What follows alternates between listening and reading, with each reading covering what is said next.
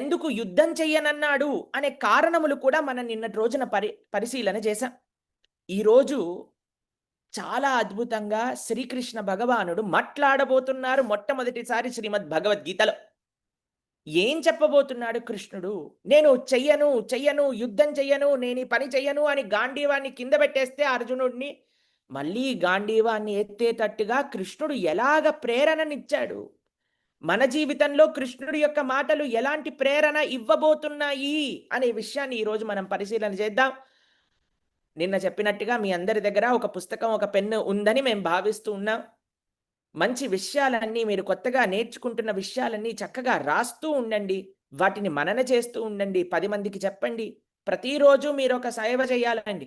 ఏంటో తెలిసినా మీతో పాటు ఇంకొకళ్ళని తీసుకొని రావాలి ప్రవచనాన్ని. అందరూ ఈ ప్రపంచం అంతా భగవద్గీత వింటే ఎంత మంచి ప్రదేశం అయిపోతుందండి. అది మన సంకల్పమే ఉండాలి. ప్రతి ఒక్కళ్ళు భగవద్గీత వినాలి. ఇది మన సంకల్పం. సరే, రెండవ అధ్యాయాన్ని మీరు సులభంగా గుర్తుపెట్టుకునేటట్టుగా ఒక విషయం చెప్తాను. ఫస్ట్ అధ్యాయం ఎలా గుర్తుపెట్టుకున్నాం మనం? DOUT అనే డౌట్ అనే దాంతో మనం గుర్తుపెట్టుకున్నా. రెండవ అధ్యాయాన్ని సులభంగా గుర్తుపెట్టుకోవాలి అని అంటే చాలా సింపుల్ అండి. GITA. ఎందుకో తెలుసా అండి? ఈ రెండవ అధ్యాయం పేరు గీతా సారము. కాబట్టి GITA.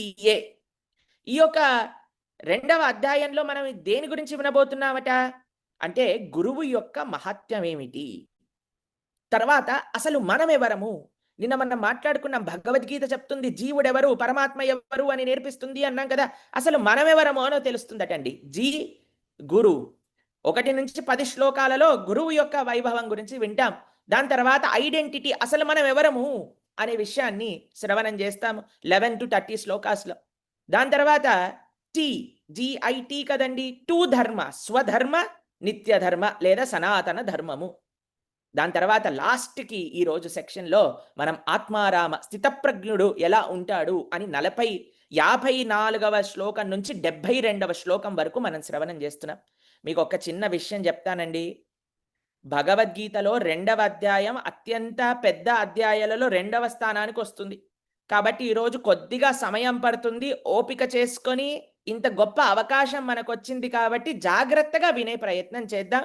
మేము కూడా తొందరగా పూర్తి చేసే ప్రయత్నం చేస్తాము, కానీ ఇంకా భగవంతుడి చేతిలో ఉంది. ఎందుకో తెలిసినా అండి, ఒక్కొక్కళ్ళకి ఒక్కొక్క వీక్నెస్ ఉంటుందండి. ప్రవచనకర్తలకి మైక్ వీక్నెస్ అనమాట. కాబట్టి ఇంత సమయం నిర్ధారితం ప్రయత్నం చేస్తాం మేము 9:15 లోపల పూర్తి చేయడానికి.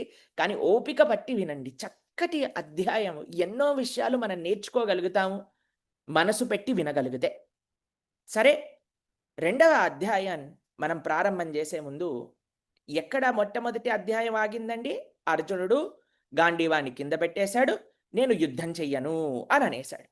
ఇప్పుడు భగవానుడు చూస్తూ ఉన్నాడు అర్జునుడిని. అర్జునుడిని ఉద్దేశించి భగవానుడు మాట్లాడాలి. భగవద్గీతలో భగవద్గీత భగవంతుడు పాడిన పాట. మొట్టమొదటిసారి పరమాత్మ మాట్లాడబోతున్నారు, శ్రీకృష్ణ భగవానుడు మాట్లాడబోతున్నారు. 2వ శ్లోకాన్ని ఒకసారి మనందరం కలిసి అధ్యయనం చేద్దాం. శ్రీ భగవానువాచ. శ్రీ భగవానువాచ. ఇక్కడ చూడండి, మనము ఇంతవరకు సంజయుడు మాట్లాడాడు, సంజయ్ ఉవాచ. ధృతరాష్ట్రుడు మాట్లాడాడు, ధృతరాష్ట్ర ఉవాచ. అర్జునుడు మాట్లాడాడు, అర్జున ఉవాచ. భీష్మ ఉవాచ. మీరు మనం పారాయణ చేసే స్తోత్రములలో పార్వత్యువాచ, ఈశ్వరువాచ అని రకరకాల ఉవాచలు మనం వింటూ ఉంటామండి. కానీ శ్రీకృష్ణ భగవానుడు మాట్లాడేటప్పుడు శ్రీకృష్ణ ఉవాచ అని రాదండి, శ్రీ భగవానువాచ అని వస్తుంది. సాక్షాత్ భగవంతుడు, కృష్ణస్తు భగవాన్ స్వయం. 6 అపూర్వమైన గుణములు. ఎవరు భగవంతుడు? నిన్న మనం అనుకున్న భగవద్గీత జీవుడెవరో తెలుపుతుంది, భగవంతుడెవరో తెలుపుతుంది.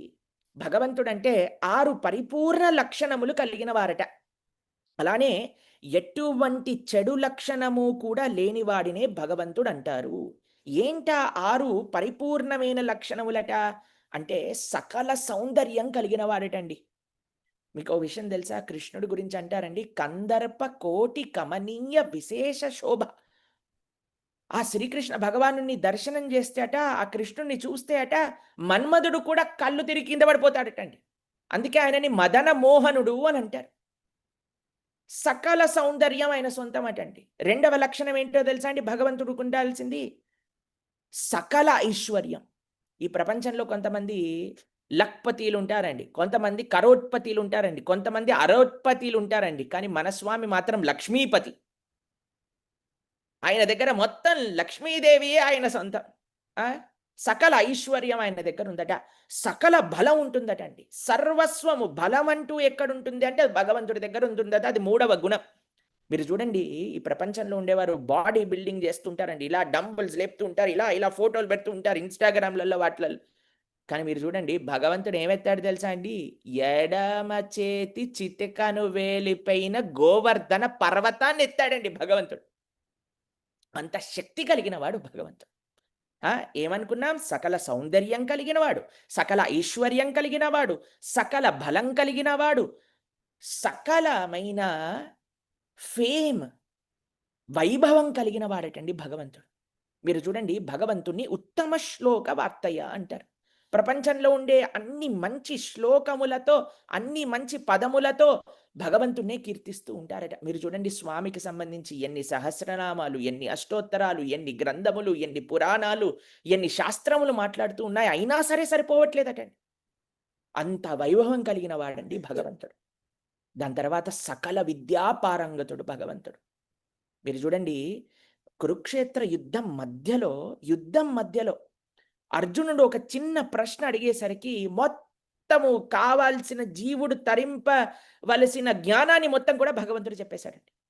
అందుకే మనం జ్ఞానానందమయం దేవం నిర్మల స్ఫటికాకృతిం ఆధారం సర్వ విద్యానాం హయగ్రీవం ఉపాస్మహే అని స్వామిని కీర్తిస్తుంటాం. అలా సకల విద్య ఆయన లోపల నుంచే వస్తూ ఉంటుందట. ఈ 5 చాలా గొప్ప గుణాలండి. ఈ 5 ఎవరికుంటుందో చాలా గర్వం ఉంటుందండి. చాలా అందంగా ఉన్నారనుకోండి, చాలా గర్వం ఉంటుంది. చాలా చదువుకున్నారనుకోండి, చాలా గర్వం ఉంటుంది. చాలా ఐశ్వర్యం ఉన్నామనుకోండి, ఇంకా గాల్లోనే నడుస్తుంటారు. భూమి పైనకి కూడా దిగరనమాట. కానీ మీరు చూడండి భగవంతుడికి సకల వైరాగ్యం ఉన్నదటండి.